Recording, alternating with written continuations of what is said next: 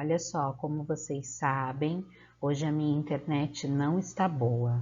No começo do dia, a minha conexão caiu várias vezes, atrapalhando as nossas aulas. Agora, depois do recreio, a Lu não conseguiu conectar, por isso eu estou gravando as aulas de matemática para vocês, tá bom? Nessa primeira aula, que era das 10h20, nós vamos trabalhar com números primos. Você já sabe, porque nós já conversamos, que um número é primo quando ele é divisível apenas por 1 e por ele mesmo, certo? Então vamos verificar esse seu aprendizado. Abra o seu livro de matemática na página 68 e você vai ver que o assunto é números primos. No primeiro exercício, vai falar sobre a divisão das maçãs numa diferente quantidade de pacotes. Você vai perceber aí que a primeira conta está completa e as contas seguintes você precisa completar, colocando os restos e às vezes também o quociente. Então vamos lá, vai acompanhando as ilustrações e completando as operações de divisão.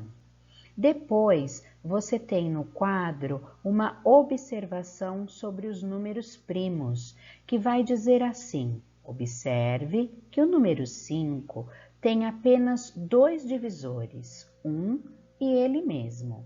Quando isso acontece a um número diferente de 1, ele é chamado de número primo.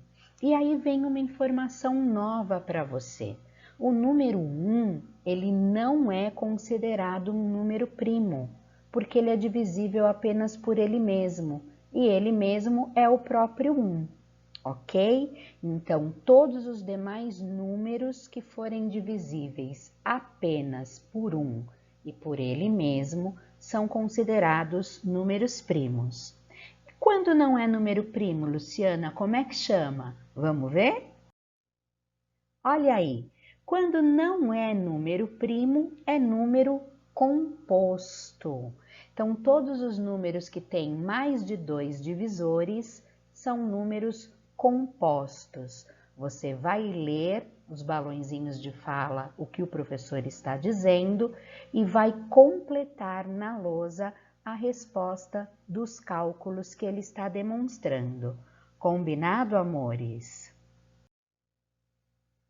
Depois você entra nas atividades. Nessa página você vai poder usar a calculadora. Aliás, na aula de hoje você vai poder usar a calculadora, ok? Lu, mas e aquilo que eu já sei? Eu preciso da calculadora? Claro que não, amores. Se você já sabe, não perca seu tempo usando a calculadora. Mas, se você sentir necessidade, nessa aula está permitido o uso da calculadora. É só você olhar aí do ladinho do número 1 o desenhinho da calculadora em amarelo. Significa que você pode usar, ok? Então, no exercício 1, você vai descobrir quais números são primos. Lembrando que para ser um número primo, ele pode ser divisível apenas por 1 e por ele mesmo. No exercício 2, você vai completar com os divisores de cada número e depois vai escrever se esse número é primo ou é composto. Então, você vai ver os divisores de 2, os divisores de 4, depois os divisores de 11 e os divisores de 24. Se ele for divisível apenas por 1 e ele mesmo, ele é primo. Se ele tiver mais de 2 divisores, ele é composto, ok? No exercício 3, você vai escrever uma multiplicação de 3 números primos, cujo resultado seja o número composto que está indicado aí. Então, você vai pensar que 3 números primos eu posso multiplicar para conseguir o resultado 12. Depois, que 3 números primos eu posso multiplicar para conseguir o resultado 30. E assim por diante. Lembrando que você pode multiplicar o mesmo número primo mais de uma vez. Ou multiplicar números primos diferentes. Combinados, turma? Depois vem um exercício que a gente já conhece, nós já fizemos um exercício assim de desenhar retângulos na malha quadriculada, lembram disso? Então você vai ter que desenhar retângulos cuja área seja de 6 quadradinhos. Quais são os retângulos possíveis? Depois, área de 7 quadradinhos. E por último, área de 10 quadradinhos. Aí você vai responder se em algum deles foi possível desenhar apenas um retângulo e por que você desenhou apenas um retângulo. Tudo bem, amores? Na próxima página, a gente tem mais atividades sobre esse assunto. A primeira vai falar sobre o Davi. O Davi é um lojista e na loja ele tem 8 caixas com 24 refrigerantes de laranja e 12 de limão em cada uma. Ele tem também 24 iogurtes de morango e 8 embalagens com 12 iogurtes de ameixa em cada uma. E ele tem 12 caixas com 8 sucos cada uma, porém 24 sucos estão com a data de validade vencida e ele não vai poder comercializar. Aí o que você precisa fazer? Você vai precisar montar as expressões numéricas para calcular sobre cada produto que ele tem na loja. Então, a primeira informação, você vai montar a expressão dos refrigerantes. Na segunda informação, a expressão dos iogurtes.